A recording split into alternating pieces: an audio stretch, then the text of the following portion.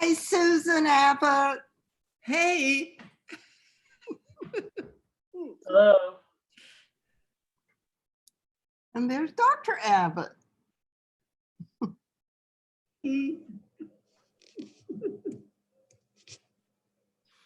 John, I feel for you because I feel like you do nothing but Zoom all your day long. Are you holding up all right? You know, so I do get fresh air. So I'm thankful for that. We've already been out walking today. So if it weren't for that, I might, be completely pale. So, but it's all good. It looks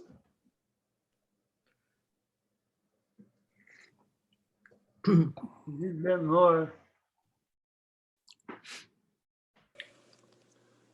I love your backdrop there, Cecil. Thank you. Did you hear what he said? Yes, Okay. that came off. I think I told the class before that came off the college website. It was a Move your head so you can see the suggest. church. Yeah, can you see the steeple there? Yep. Normally, Yeah, I remember seeing that on the college website, in fact, yeah. yeah, it was intended for freshmen to have a nice shot when they got to school. So here I am. Yep.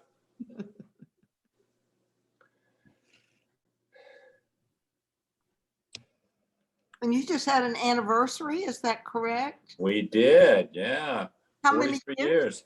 43. Oh, that's great. Congratulations. Thank you. Cecil, that looks like part of the devil's horn coming out of your head there. It's a unicorn. Is that it? Which of course comes from the Latin for one and horn. Yeah. Very corny. Cornu, one of those strange fourth declension neuter nouns. I know you all were wondering.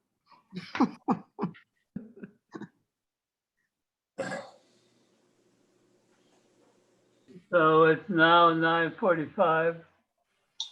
9:25. It's 9:45, and we will officially begin. Or should we wait a minute or two for No, just go. coming in? I'll give him one more minute. Go. Go.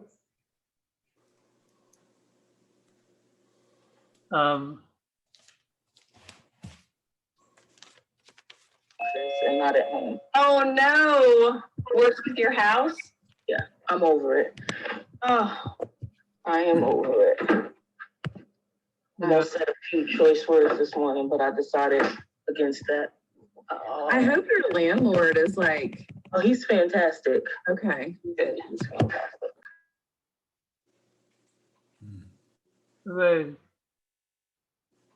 Where's John? Still there.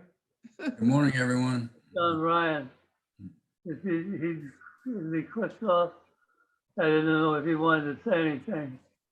No, just start. But John Ryan, would you like to say anything before we start? Hey, John. He's got himself muted. Well, he can't say anything if he's muted. Right, Tony. Can you hear me? Yes. Yeah, okay. John Ryan. He doesn't hear me. Well, just go. He may I be see his picture right there. It's my pleasure to introduce for the second Sunday, Doug Ottati, the Craig Family Distinguished Professor in Reformed Theology and Justice Ministry. That's a really great title, Doug.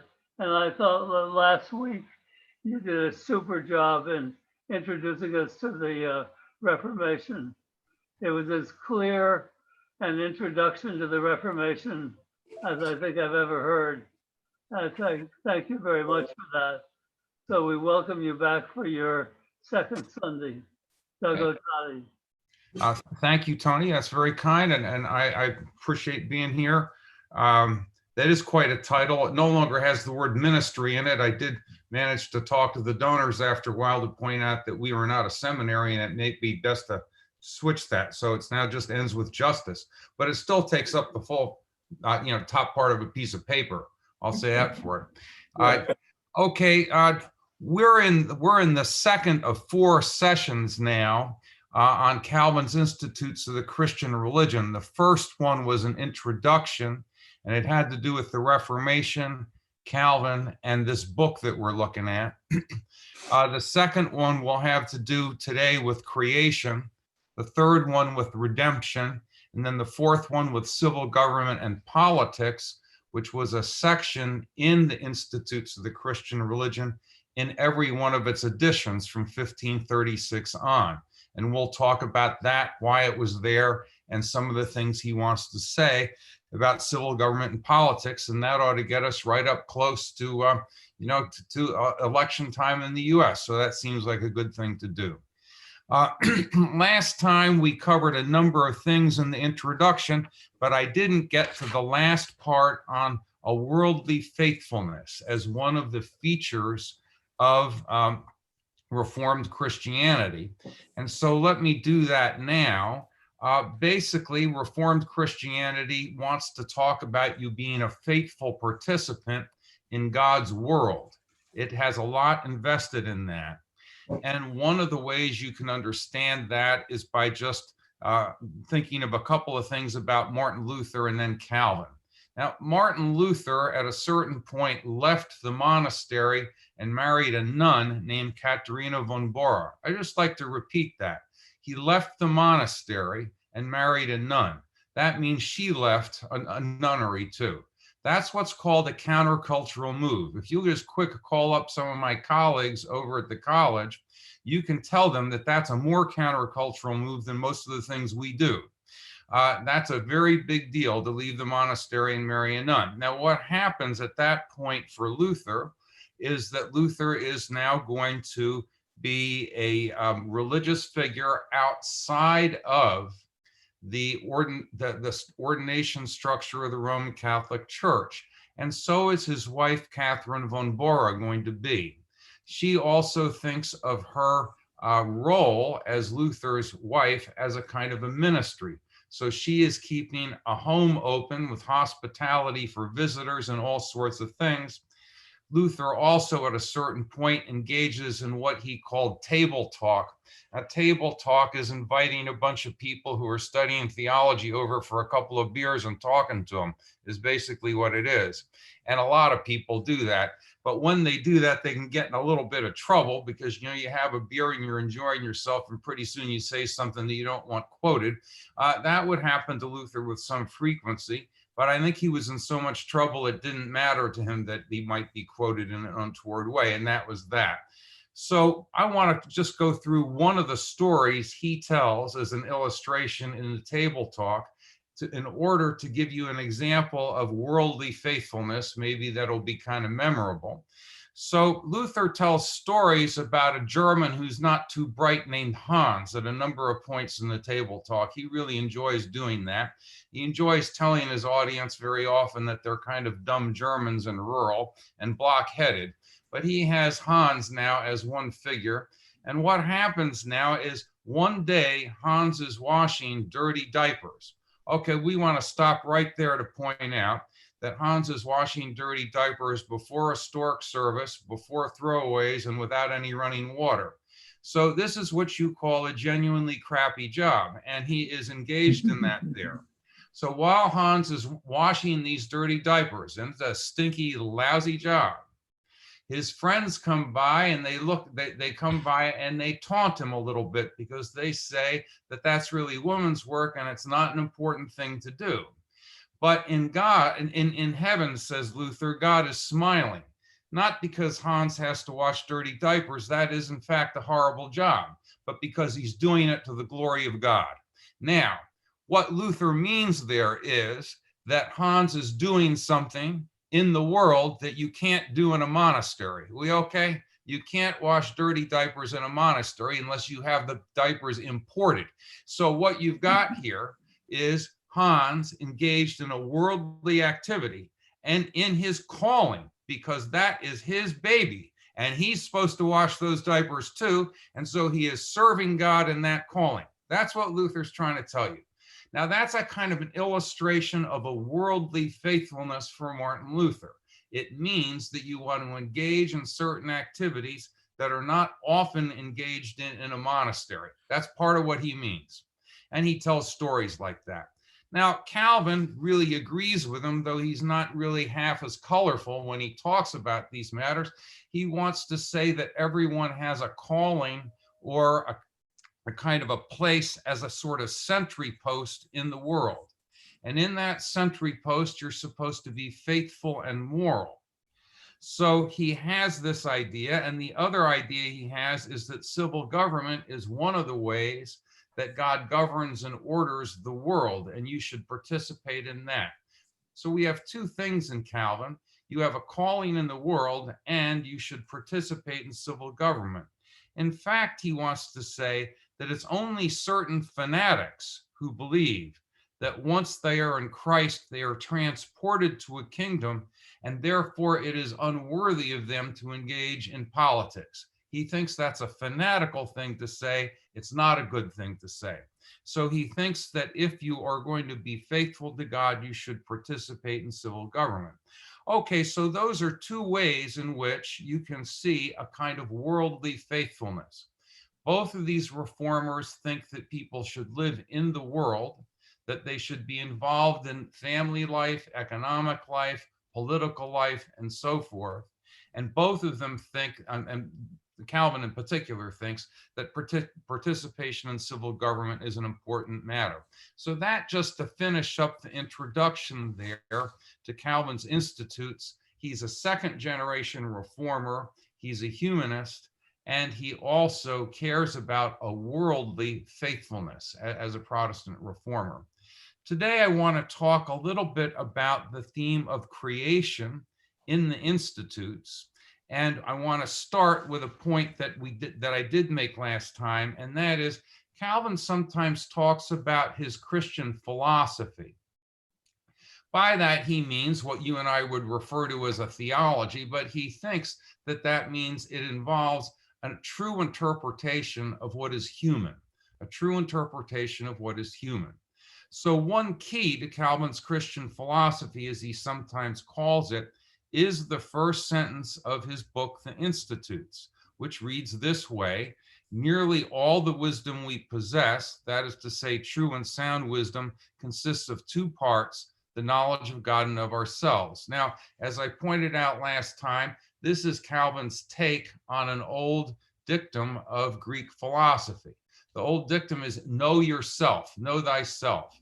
The idea is that you should know yourself because in every circumstance that you are a party to, you will be a part of that circumstance. And so it's practically relevant to know who you are, what your possibilities and your limits are. Now, Calvin agrees with that, but he thinks that in order to know yourself truly, you need to know God and vice versa. So the first lines of the Institutes are basically know God, know yourself. These things are in relation. And it's that relation that we want to concentrate on here. This is going to mean that when Calvin makes theological statements, they are relational in the sense that they connect God and world, or God and people. So when we talk about creation, we're talking about, as an idea, we're talking about a relation between God and world, God and people. The way that gets articulated in Christian theology land is to call God creator and the world creation. Those are loaded terms. What they mean is that the world points beyond itself to what produced it, its creator, and that God points beyond God toward a world that God creates. So the two things are in relation. This is the relation we want to talk about with respect to the doctrine of creation now as Calvin understands it in his institutes. So the primary relation that we have to do with this morning involves the creator, the creation, or the universe as creation, and creatures, and the human creature as one of those creatures. That's what we're talking about now. Okay, God the creator is, according to Calvin, the fountain of every good, one of his favorite images.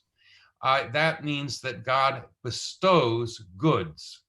Now, one of the fundamental ways God does that is by creating things. It is good to be. Not only that, God not only brings things into existence, but God provides for them in a universe of interdependent interrelations that sustain and constitute a habitat. All of these are gifts. God is the fountain of every good, according to Calvin. Now, it is the case, however, that in our corrupted state, we often do not recognize this. So from Calvin's point of view, the universe, the world, is more or less shouting the glory of God. If and when we don't see that, and often we don't, the fault is not in the stars, but in ourselves. We are not seeing what is actually going on. What is actually going on is the world is proclaiming the glory of God. That we don't understand that part of the time, that we miss it, is a testimony to our own corruption and our inability to see things rightly. So we want to say now, God is the fountain of every good. In our corrupted state, we often don't see this, but it is the case that the world is proclaiming the glory of God. God is the source of the universe, as well as the reality who sculpts or orders things in the universe. So God brings them into being, but also shapes them or sculpts them. You can tell this by looking at something like Genesis 1:1 to 2:4. If you look at it with some care, it's going to start off by saying that the earth is formless and void, tohu brohu in the Hebrew, this sort of watery, I don't know, thing. You could call it a swamp, except that's very unfair to swamps because we know that swamps are intricately ordered and have all kinds of interdependent interrelations.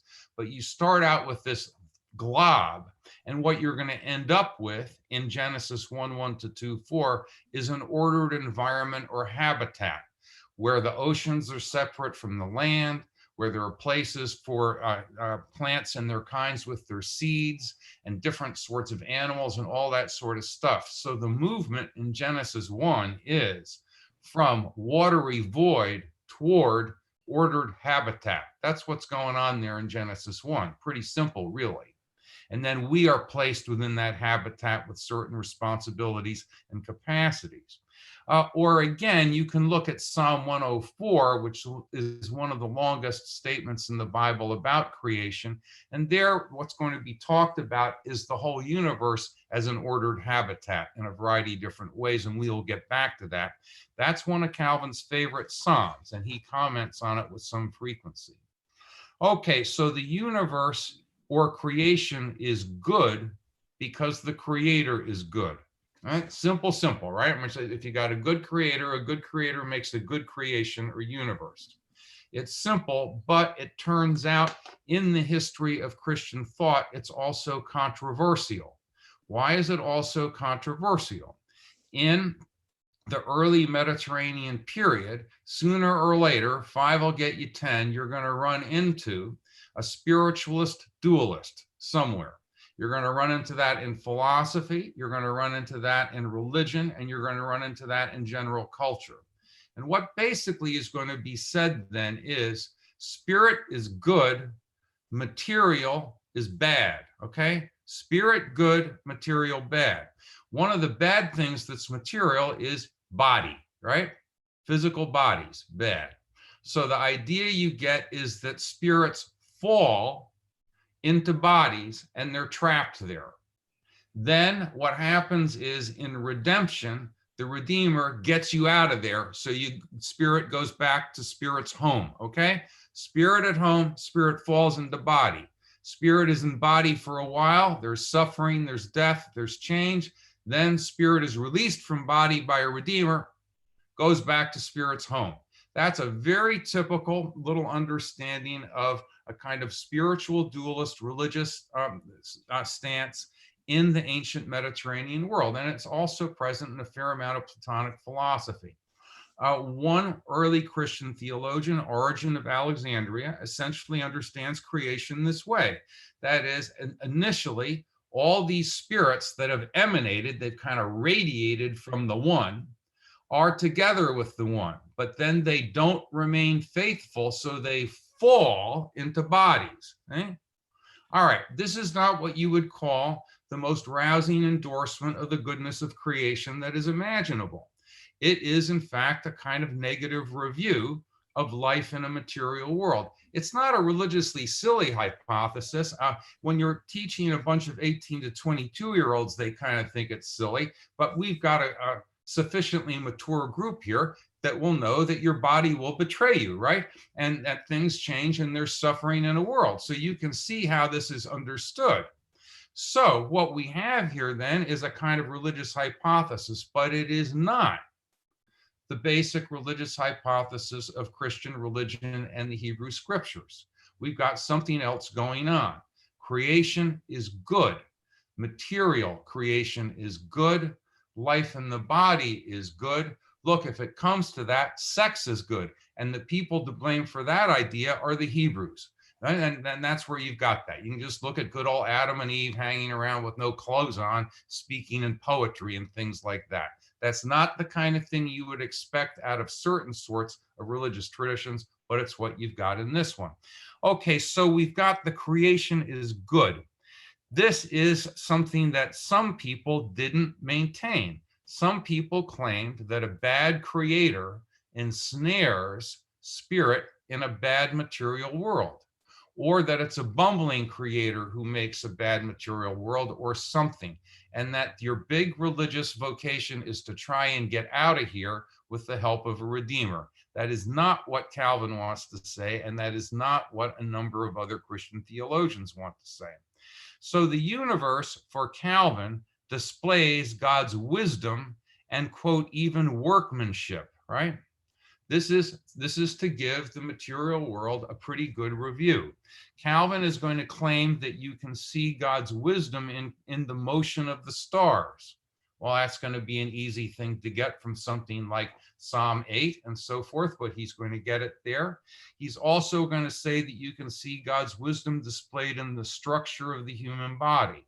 In fact, he will say, there is no spot in the universe wherein you cannot discern at least some sparks of divine glory. Now, the problem is that very often people don't discern it. That is a function of corruption. The fault, again, is not in the stars. It's in ourselves that we don't see that. Okay, so there is no spot in the universe wherein you cannot discern at least some sparks of divine glory. And so the world is, in an image that Calvin rather likes, a theater of God's glory. It's a theater of God's glory. So you can just think of yourself as going to the movies or something, and you're in the theater of God's glory in the round or something like that. The arts and sciences help us to see this. This is yet another positive review for the arts and sciences from Calvin's point of view, because they study the world. Another Reformed theologian, Jonathan Edwards, once said that natural philosophy is the study of the manner of God's acting in the world. That's, again, a highly positive review for natural philosophy, which for him would have included empirical science and so forth. A very typical Calvinist thing to say.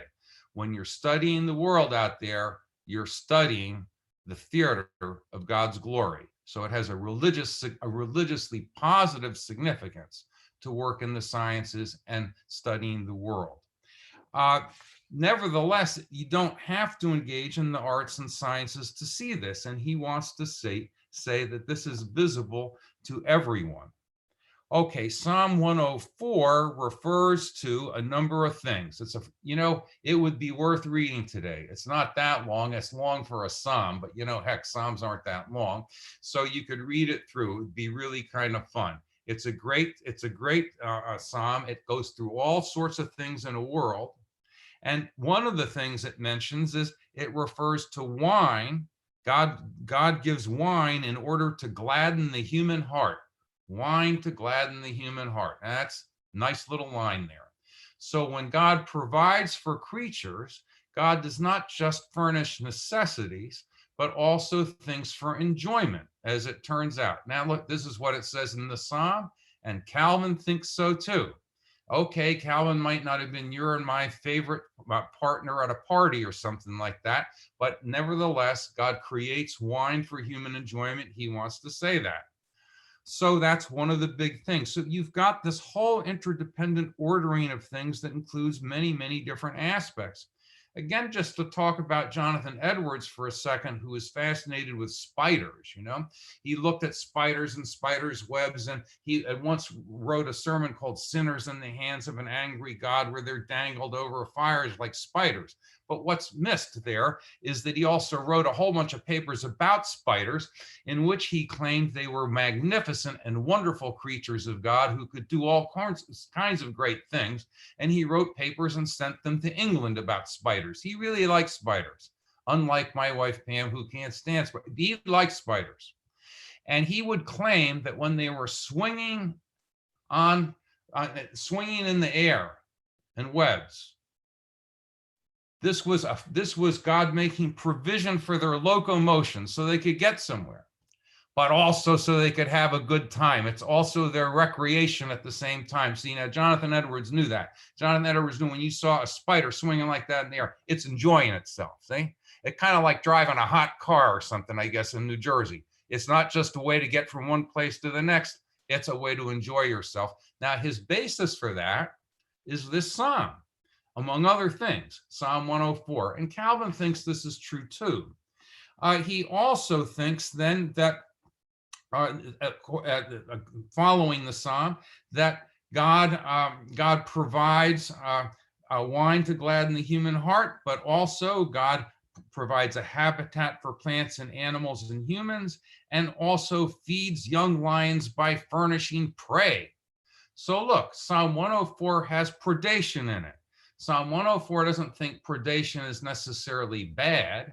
It thinks it's a part of the order of God's world. And you see that also being quoted in Calvin and others. So this idea that the world is good and provides for things is not a Pollyannish view where everything is just always enjoying itself and nothing is ever running into trouble. And if you've seen some of those films on PBS where, a lion finally catches its prey or something and eats it right there in front of you, you will have some picture of why that's not the case. But that's God providing for young lions, according to the psalm.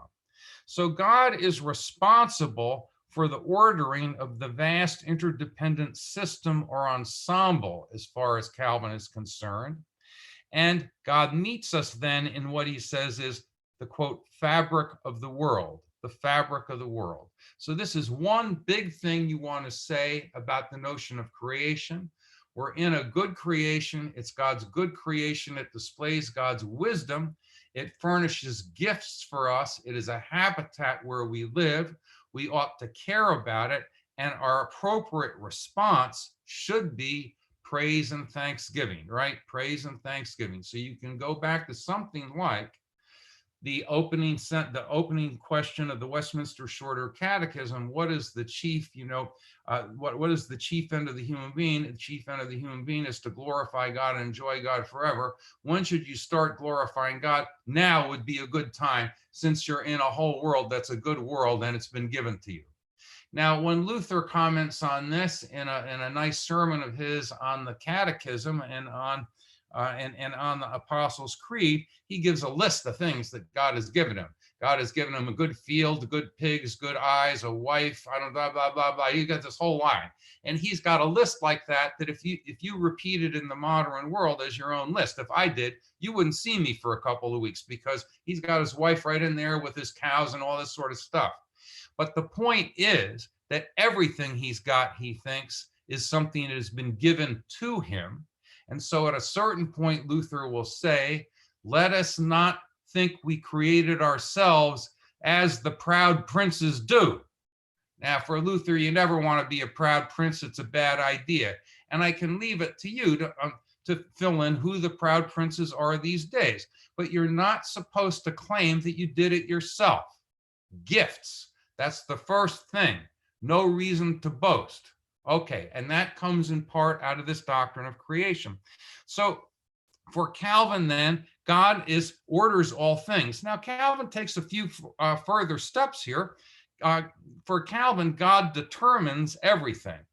So, for instance, God determines the volume of milk in a mother's breasts as God wills to feed a baby or not. That's one of his illustrations. You know, you can't make stuff. I could sit around for 1,500 years and not come up with an illustration like that myself, but I can read it in Calvin.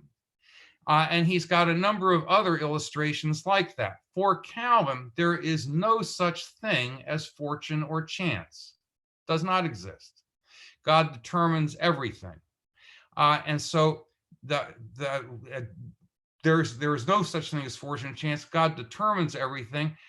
Calvin generally cites regularities in nature as evidence of providence, things like seasons as evidence of divine providence. But he is willing, particularly in a pinch, to say that God determines every last thing. And, you know, not every Reformed theologian agrees entirely and so forth, but let's go a little further with what Calvin wants to say about this. Calvin has an illustration in Institutes where a merchant is on a trip and he, quote, unwisely wanders from companions. Now, it's unwise because while he is wandering away from his companions, he is beset upon by thieves and he is murdered and they take all his stuff. So we know it was unwise because it came to a bad end. Now, what's Calvin going to say about this? He says that God has determined this and determines the outcome, but the order, reason, end of necessity of what happens, quote, for the most part, lie hidden in God's purpose. We don't really know why this has happened.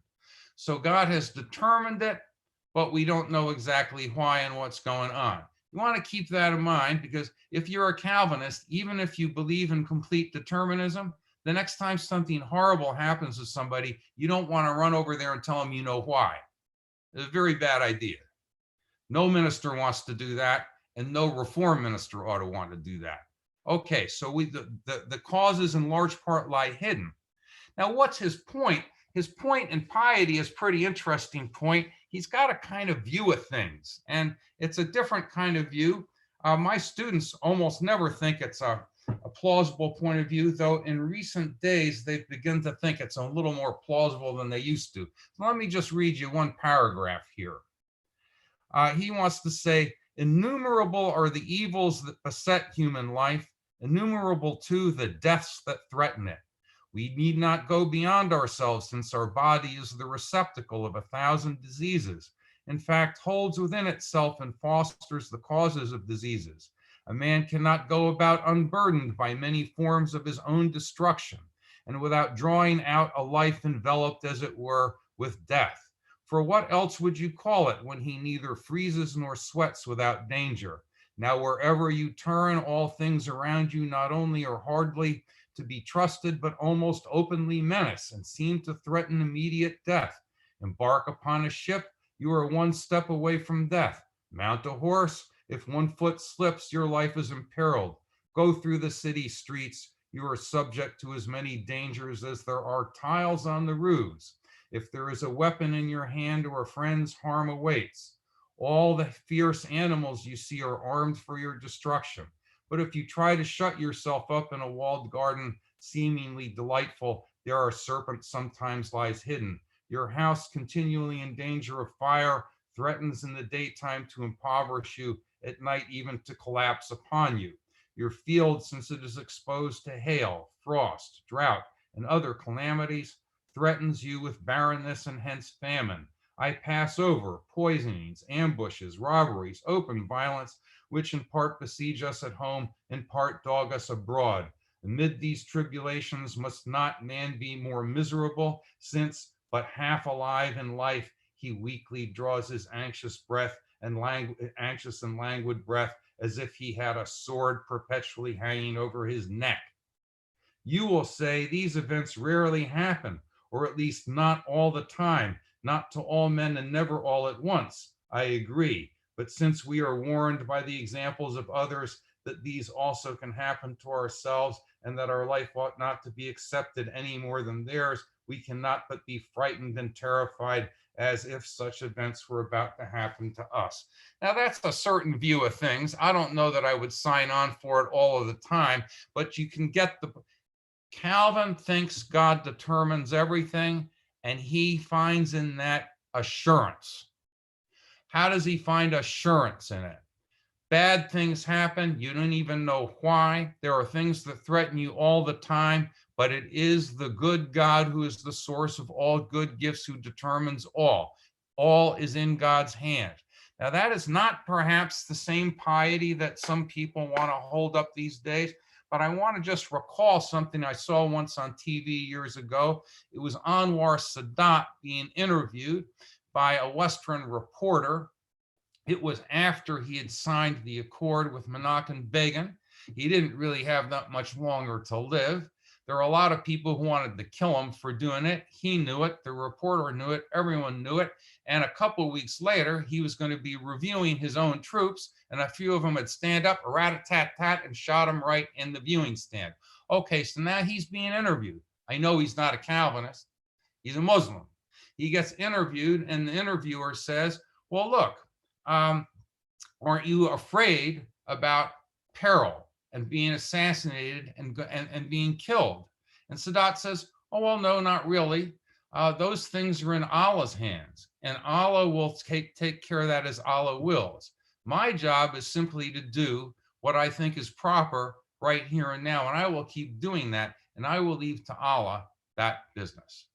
Now, that's the same kind of assurance I think Calvin is talking about here. I'm not necessarily asking for you to sign on for it. I just want to let you know that for Calvin, divine determinism in part is a matter of assurance, the way that he operates. It is also the case, however, that there's a lot you don't know about what's being determined. So it's a peculiar kind of a position there, and it's an interesting one. Okay. God creates a good creation, and you and I should praise God for it. A part of that good creation is the human being, a good creature. And the good human creature has distinctive capacities, faculties in which humans excel, but these faculties are also somewhat limited. People excel in them, but they are not without their limitations. So he wants to talk about different capacities people have: reasoning, understanding, and will. Originally, he wants to say our emotions are upright and properly ordered. The image of God in human beings is the initial proper ordering of our capacities so that we operate in ways that we are intended to operate. That's what Calvin thinks. Originally, things are well ordered and they are well related to each other. They're going to be thrown out of kilter later.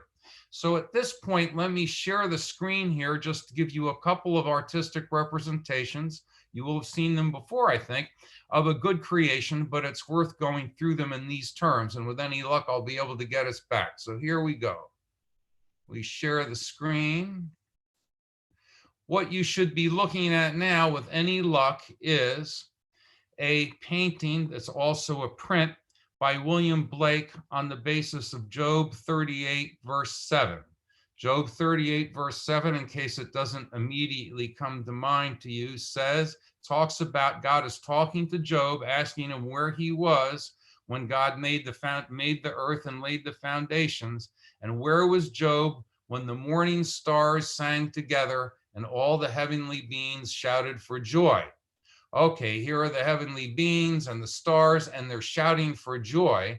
And one interesting question is, why are they shouting for joy? And here's the big hint. They've just been created, so they've just now been invited to the party of existence, and their first gift is they exist, and they are happy about it. And so they are shouting for joy at the creation there in Blake's rendition of it. So that's one rendition of good creation. And what it means in part is that the whole creation is called to praise God because it exists, and it is a good thing that it exists.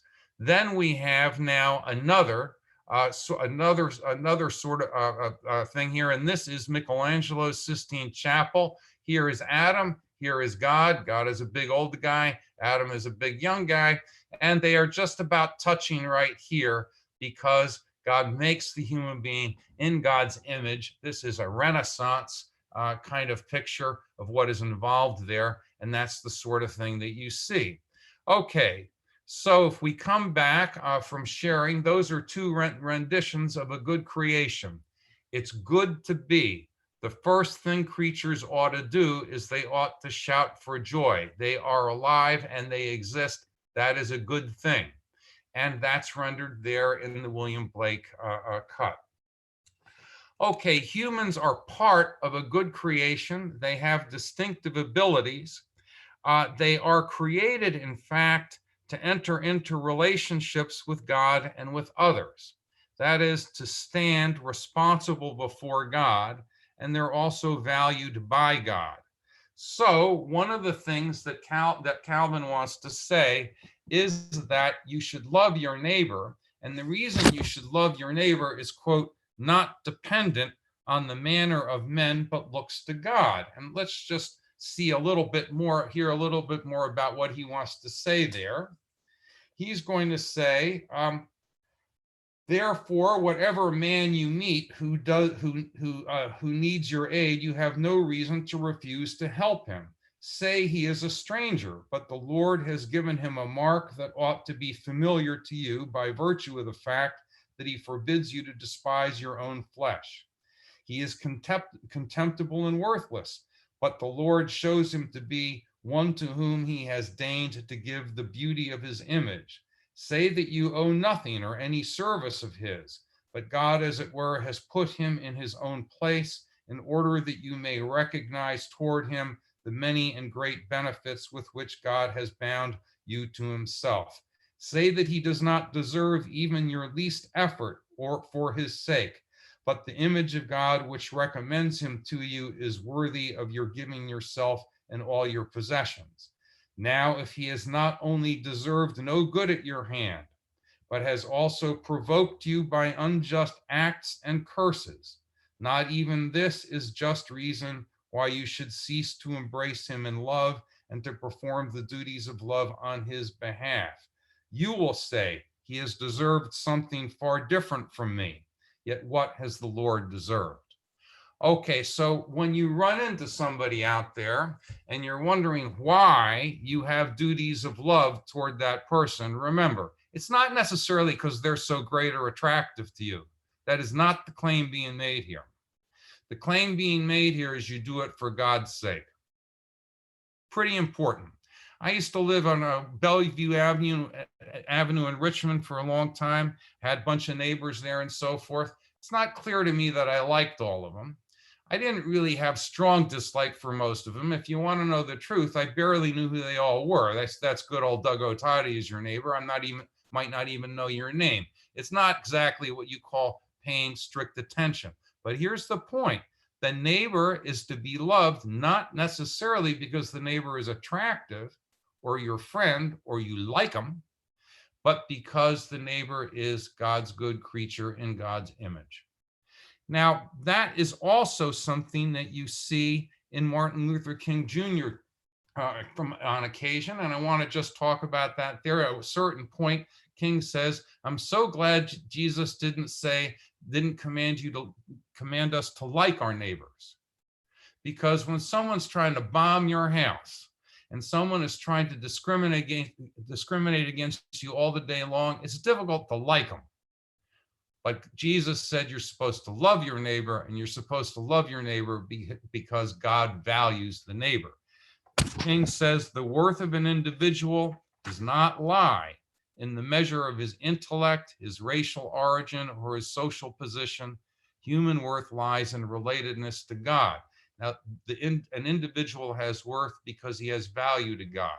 Here you see one of the basic points of a Christian ethic. People have inalienable worth. Why? Because they have it in relation to God. I didn't say unalienable, incidentally, because I don't want to be mistaken for the current Secretary of State, but inalienable.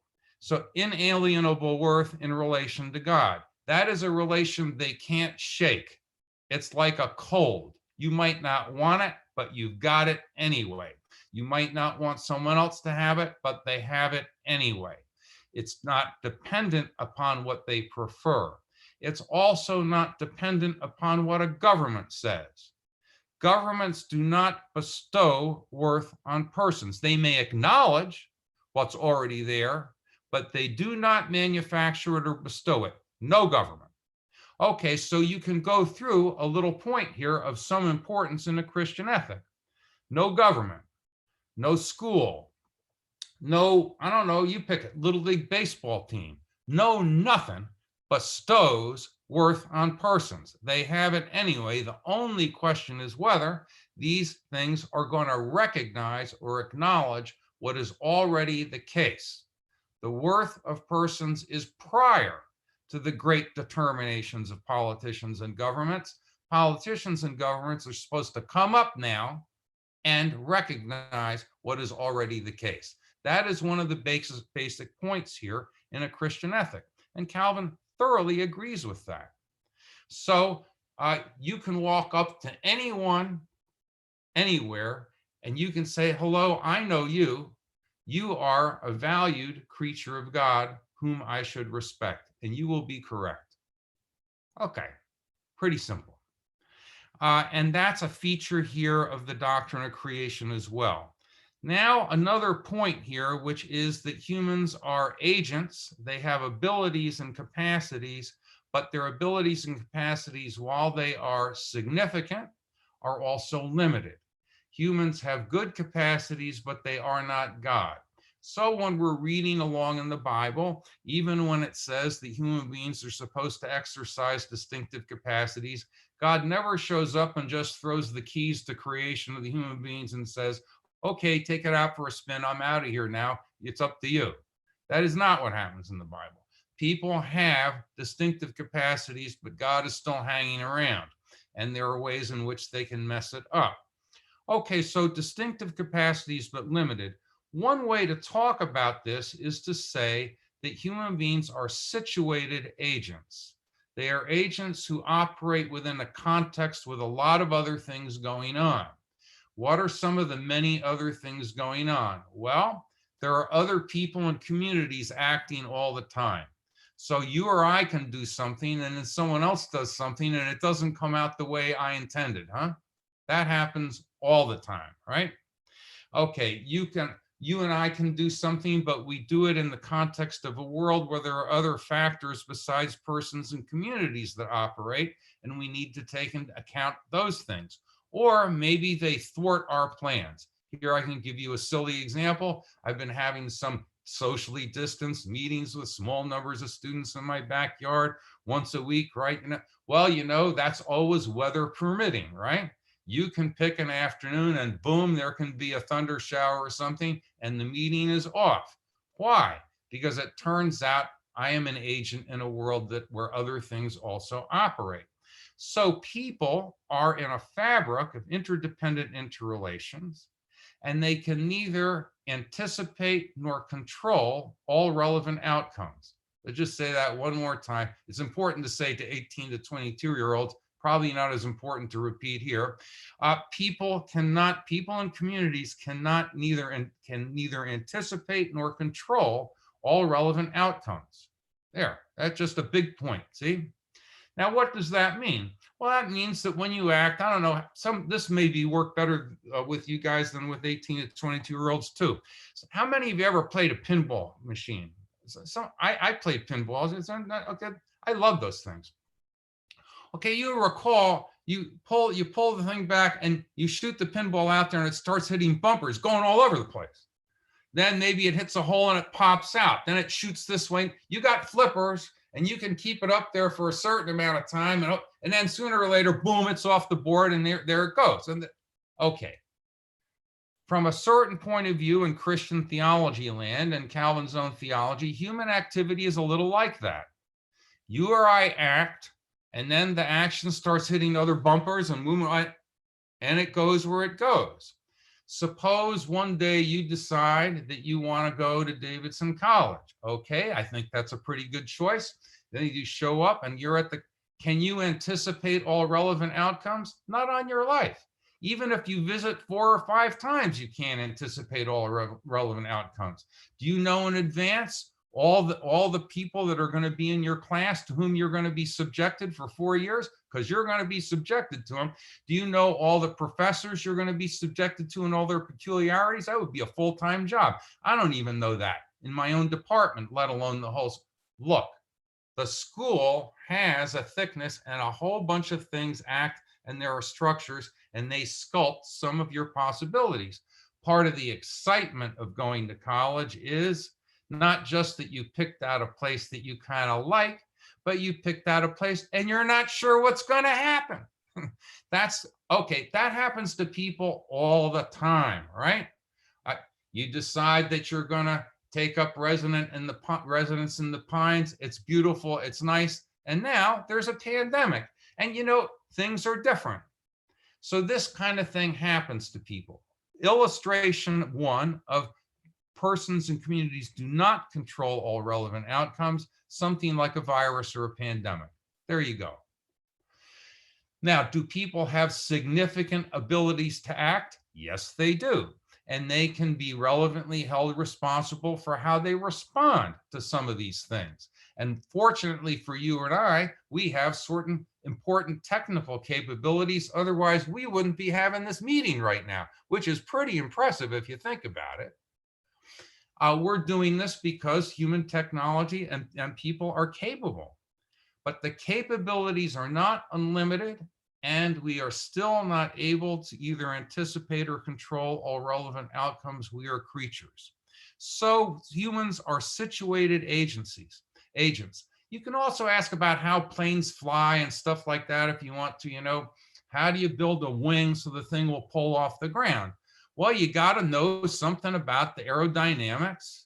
And early on, they didn't. They had these flat wings, so they go whipping along, expecting to come off the ground. Then they don't. They just hit the next thing over there. You have to set it up so that the distance the air travels under the wing is greater than the distance it travels over the wing. Well, that takes a little bit of doing. But if you do that and you get the flaps out there, and incidentally, if you're flying, you do want them to put the flaps down to take off, and you go along, then if that all works out, you get lifted up. But it only works because people cooperate with structures and processes that they do not control. They have to learn about them. This is also true of other things. And so when we talk about, quote, the science of a pandemic or something like that, and there can be all kinds of disagreements about it, there probably should not be a disagreement about this. If you're going to deal with something like this, you need to know how to cooperate and work with what's out there that you don't entirely control, and you can only do it to a degree. Okay, simple illustration, really. All right, so what we will do, I'll stop here in a moment. What we'll do next time is we'll talk about redemption. So we're going to talk about sin and redemption. Calvin doesn't talk about sin till he gets to chapters on grace, and we won't do it till we get to grace either. But one of the first things we'll want to talk about is the anxiety of being a situated agent. See, there's a little built-in fun here. The built-in fun is that you could care deeply about a bunch of things that are really important to you and be unable either to anticipate or control all the relevant outcomes. See? And that's going to be a little like what? Well, you know, you could have children, for example. I got a couple of them. I would like things to work out hunky-dory for them all the time. I might even be tempted to try and control it. I could overreach a little bit, huh? But that would be me trying to act like something more than I am, like God. I cannot control that. Or I might get so anxious about it, I might decide to underplay it. That would be sin as sloth, not pride, but sloth. I don't want to participate. I'll just go have a couple of drinks and forget about it. Now, let me give you 2 illustrations of this, and we'll do some more next time. You send your kid to school for the first time on the first day. The school bus comes by and picks her up, and there they go. And you feel like you've lost some control. And the reason you feel that way is you have lost some control. The kid is now going off into another institution you visited a couple times, bully for you, and all kinds of things. You don't know exactly what's going to happen. That's true. So you try and help control it, but you can't control it entirely. Now, you know, you can overplay your hand, but you can also underplay your hand. Your son comes to you on the night of the prom and says, well, Dad, we're not really going to be drinking. And if anyone does, we'll do it way out in the field outside of Richmond, so far away, you can't hurt anyone at all. And you're sitting there thinking, yeah, maybe, but you're not really sure, right? Now, why are you not really sure? Well, you were his age once too, and you know what your protestation would have been worth about at that point. Okay, what you could dissolve in a puddle, or you could sit down and, you know, I don't know, sit down and watch the Cubs on TV, right? Do something else. Do something that's pleasurable that you can control on the side. That would be like sin as sloth. Pursue more available pleasures. Or you could be a nation and you could try and fix it so that you can never be in peril again from an attack. That can't be done. But you can overplay your hand and do all kinds of things to try and overplay it. Or you can decide, well, I'm not going to do that. I'm just going to shop a lot and forget about it. That would be sin as sloth. So the big thing we want to point out here about this is you want to be kind to your local situated agent. It's a tough way to go. Sooner or later, every situated agent is going to overplay it part of the time or under-participate part of the time. It's a tough way to go. But agents are good creatures. They have genuine abilities, but they are unable to either anticipate or control all relevant outcomes, and therefore they are rendered anxious. And this will be something we'll pick up with next time. Okay, well, finally, I've ended here a little early so we can talk things over if we want to, and that'd be just fine. Really, anything's fair.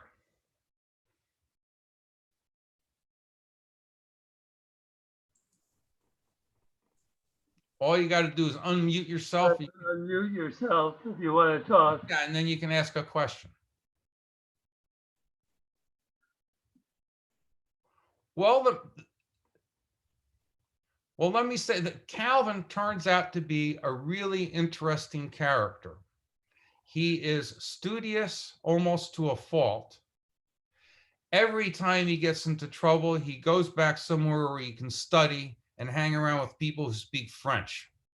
He's a little uncomfortable in Geneva, and he wants to be with French speakers, and he wants to study. Now, at the same time, he really thinks he ought to participate in a community. He ought to be discharging duties of ministry, and he will. And all those things are true, but he's a little bit torn.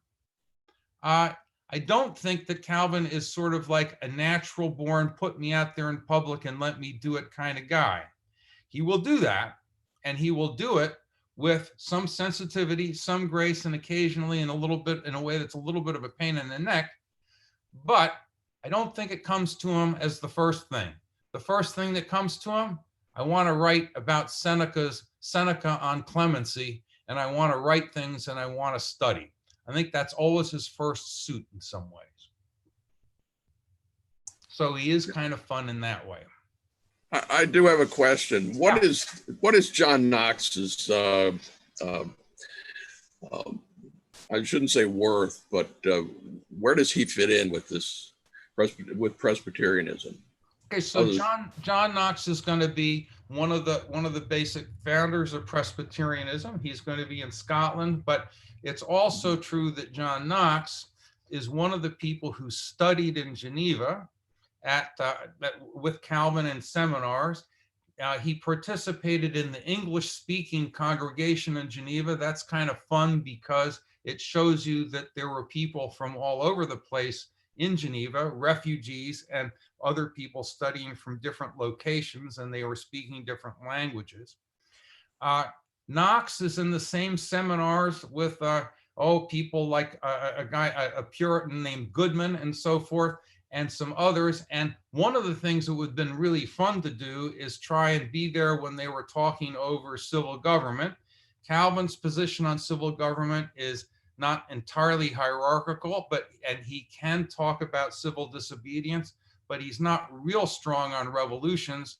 Knox is stronger, and Goodman also stronger on revolutions. But John Knox basically is one of the founders of Presbyterianism, and he's interested in running a revolution in Scotland, and he's interested to do that for religious reasons, but also for political reasons. I mean, look, he's a Scot that wants to exert a certain amount of influence on certain things too. We've got people here that can give you a real full account of John Knox, fuller one than I can, but you can go to the spot in Edinburgh where the Scottish Covenanters, so-called, were, and it's now a bar, so you can go there and have a scotch if you want to, which would be a patriotic thing to do, I think, under the circumstances. But he's a pretty interesting character. I don't think anyone is about to claim that theologically he's as interesting as Calvin or someone like that, but he writes a lot, very polemical. I sort of have a question that's similar to that. I did a class on the Enlightenment in Scotland several years ago, and it seems to me that all you've been talking about was going on in Geneva. All the people in Scotland who were working on the Enlightenment were just inherited all of that and moved it over to Scotland. Well, Stan, that's a great observation, because the relationships between the Scottish Enlightenment and the Reformation, and in particular Reformed theology, are really strong, huh? And I think early on, some of the Enlightenment figures in Scotland are going to be heartened by some of the humanism of these thinkers in Geneva and elsewhere and in France. But I think it's also true that later on, a fair amount of the moral theory of some of the Calvinist thinkers is going to owe a lot to the Scottish philosophers.